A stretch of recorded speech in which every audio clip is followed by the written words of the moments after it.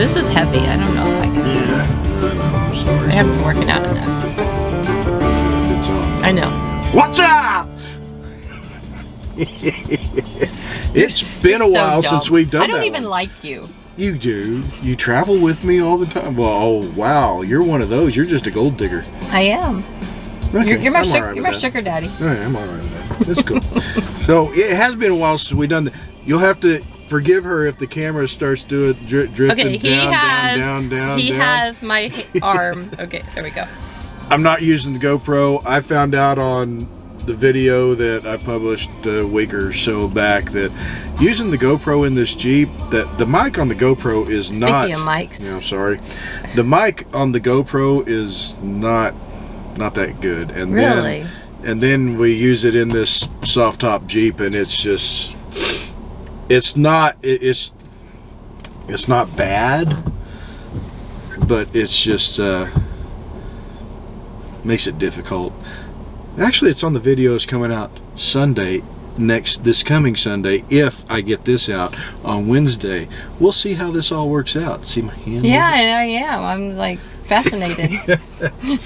Other than that, we're in the middle of the state of Oklahoma. Wait, stop.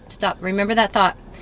Yesterday, two of our foster grandkids got adopted. So I just wanted to say that because that's super, super, super, super cool. So now we have 8 grandkids. So now you can continue. It is kind of cool. But the state of Oklahoma, it goes through this it's really kind of once a year, where it's like trying to start the lawnmower at the beginning of the season, and you yank on it, it goes yank on it, yank on it, then it fires up and then dies again. That's what Oklahoma goes through during the transition between winter and summer. Okay, I didn't know where he was going with this either. That's just. I was impressed with the thing. So. We don't have spring. We just have a hard starting summer.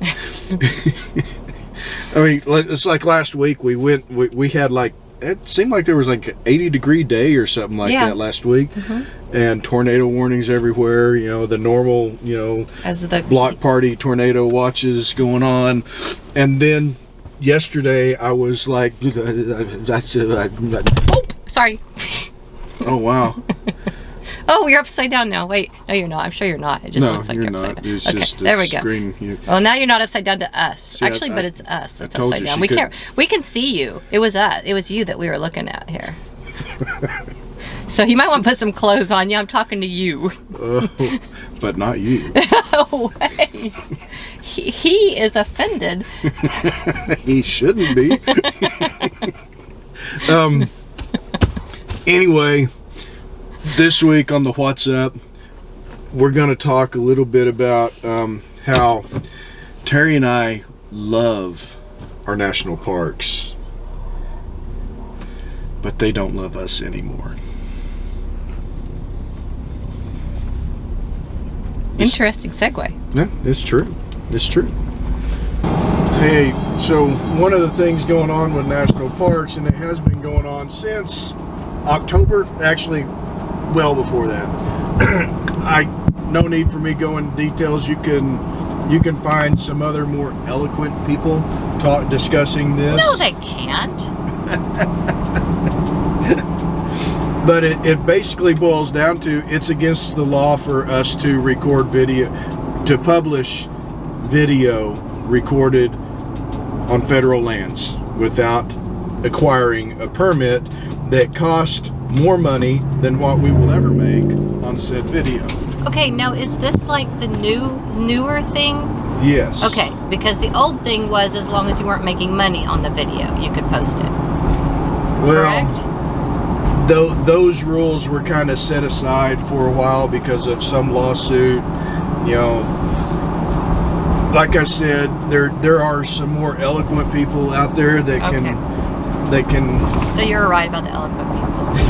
Wait a minute, that's more knowledgeable, not eloquent. Well, I wouldn't even go so far as knowledgeable, because some of them give the wrong backstory to it. But I mean, it came to light because somebody filmed a documentary, and filmed is the proper term, even though film is not used.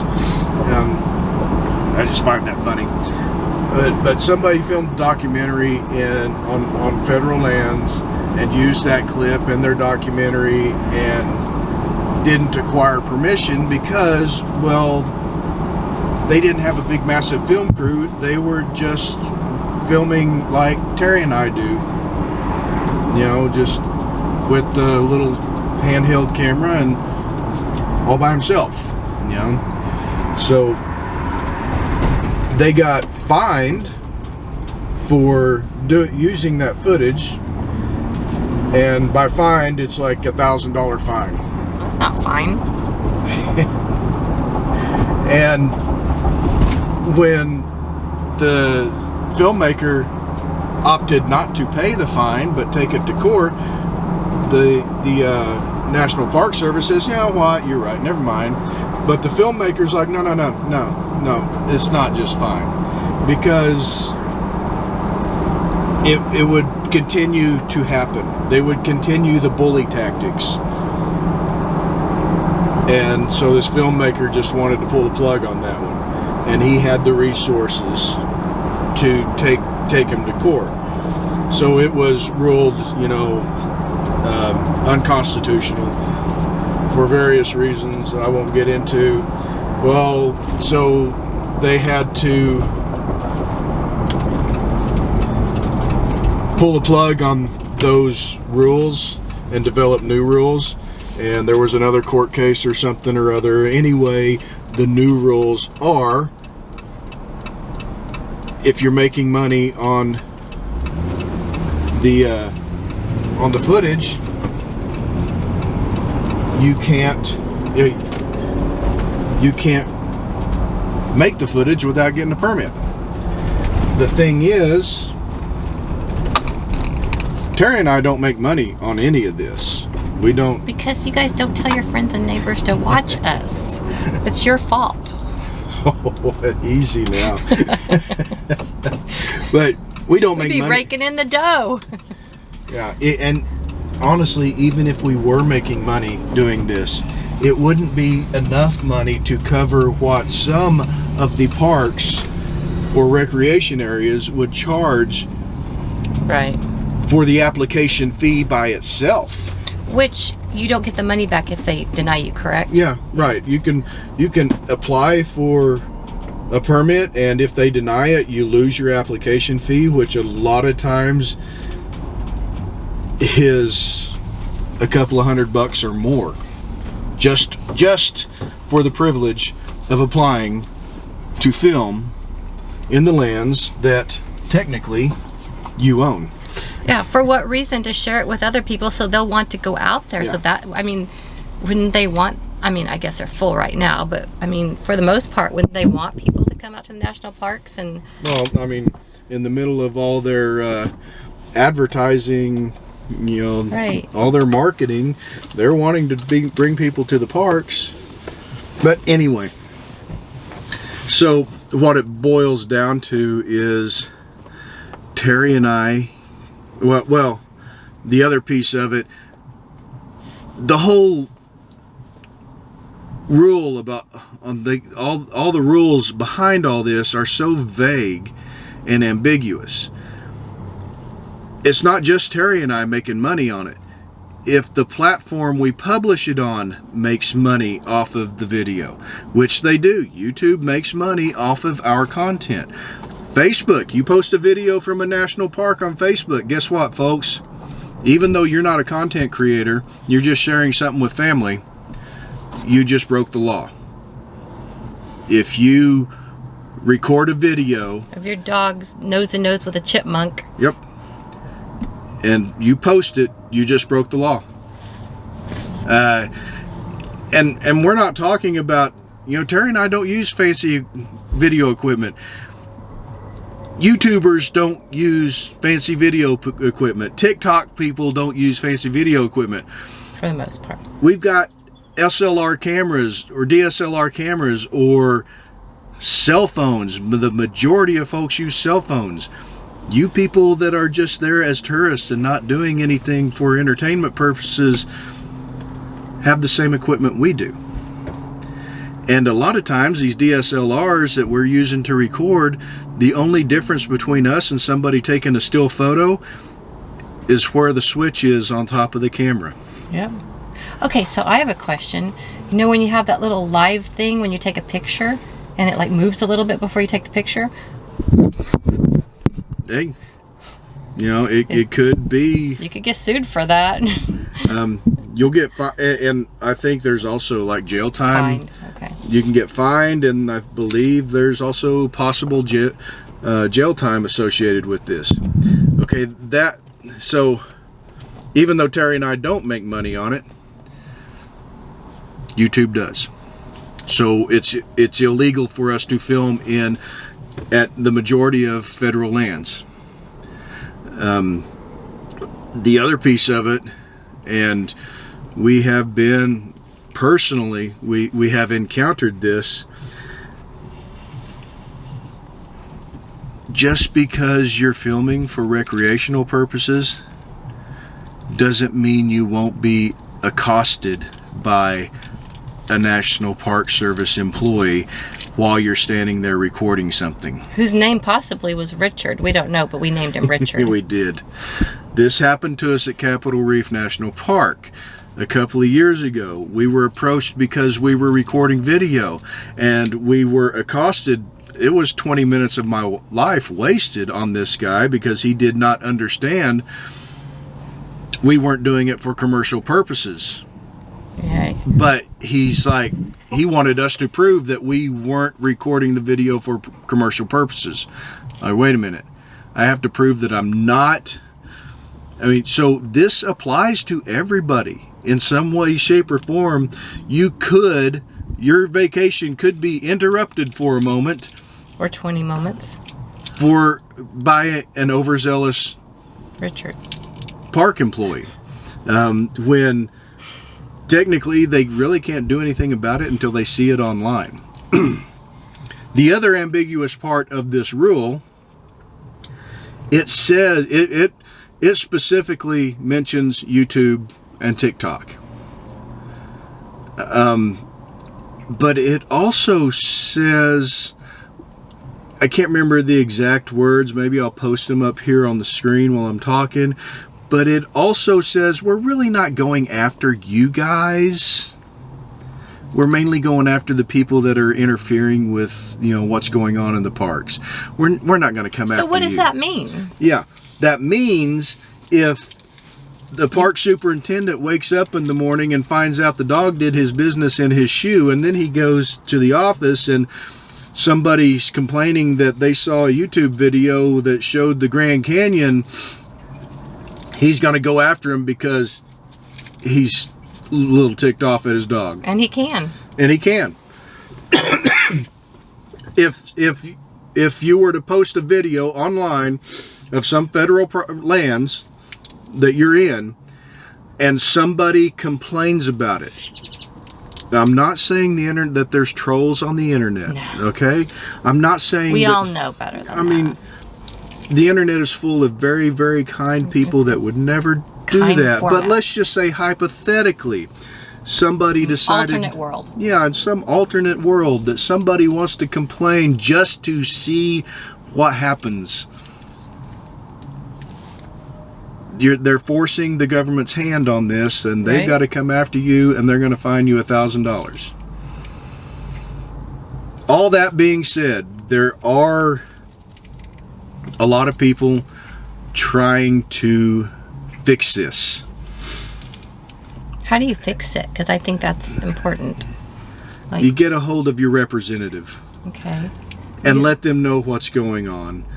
Because they don't know. I mean, we're talking about a huge government system here. Everybody doesn't know what everybody's doing. Right. So we got to let people know what's going on. Okay. I don't think there should be a permit at all. If you're going to charge a permit for me to record video on my little camera, then you're going to have to charge a permit for somebody taking a photograph on the same camera. which is not the case. They're not charging for photography. Great. Now they're going to start charging for photography. Thanks a lot. But a lot of people are like, I'd be more than happy to pay. I'm sorry. A lot of folks are like, I'd be more than happy to pay for a permit to record video. I wouldn't. I mean, I would if it comes down to it. I'd pay it if it wasn't like several $100s. There's, Now they're going to do it because you'll pay it. But I don't think we should be paying a permit to record a video on federal lands when we're not doing anything. We're not a huge entity making a big movie, and we're not in the way. We're not doing stupid things like jumping fences and we're just walking through the mountains, holding a camera like the other 47 tourists around us. Mm-hmm. So anyway, there's another reason why I really don't like the whole paying the permit thing, and it kind of ties into the park reservation system, the way it's set up and who's running it. But when can I say that you're so demonstrative with your hands that somebody actually waved back at you when we were going down the road?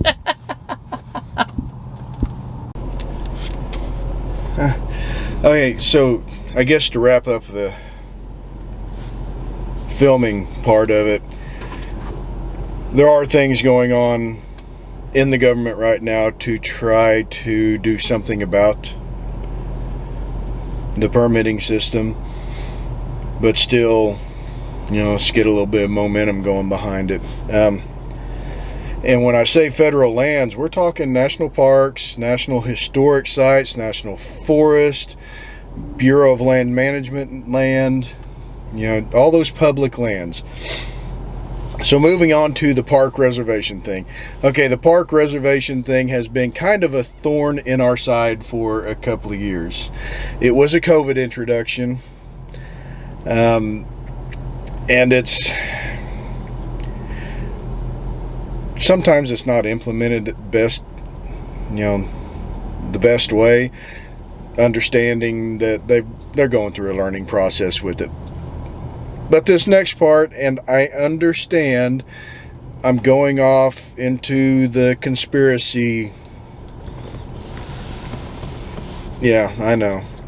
It sounds like a conspiracy, but the more I learn about it, the more it's like,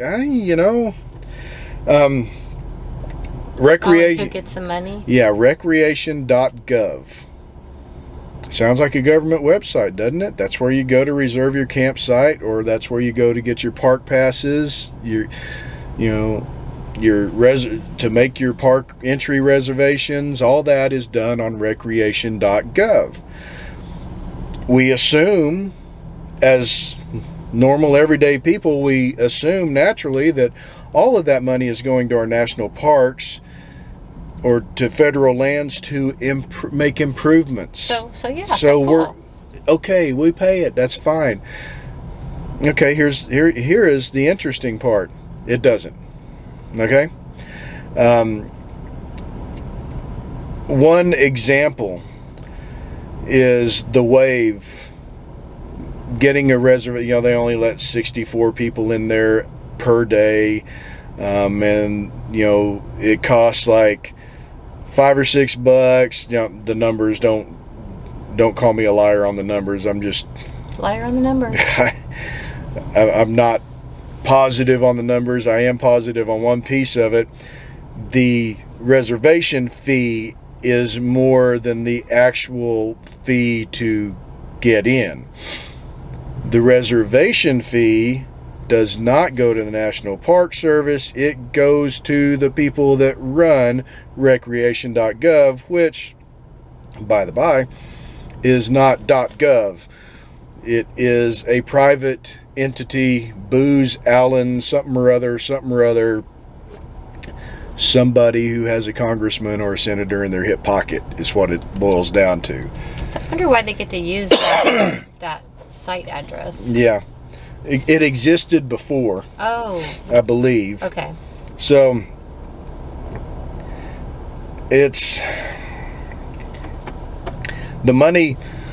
So basically, the people running recreation.gov are making a lot of money, and more money than what the National Park Service or the government is making for improvements on the properties. And I'm not okay with that. I'm not okay with them getting the money. No, absolutely not okay with that. What are they doing with the money? Are they improving our parks? I would guess not. They're buying a new car. Or that mansion on the beach. I get business. I mean, I get you're in a business to make money, but it's the deception, I think, is the issue that I'm having with this. The deception, and why am I paying somebody that has nothing to do with the parks? Right. To, you know. And why am I paying this premium? Yeah.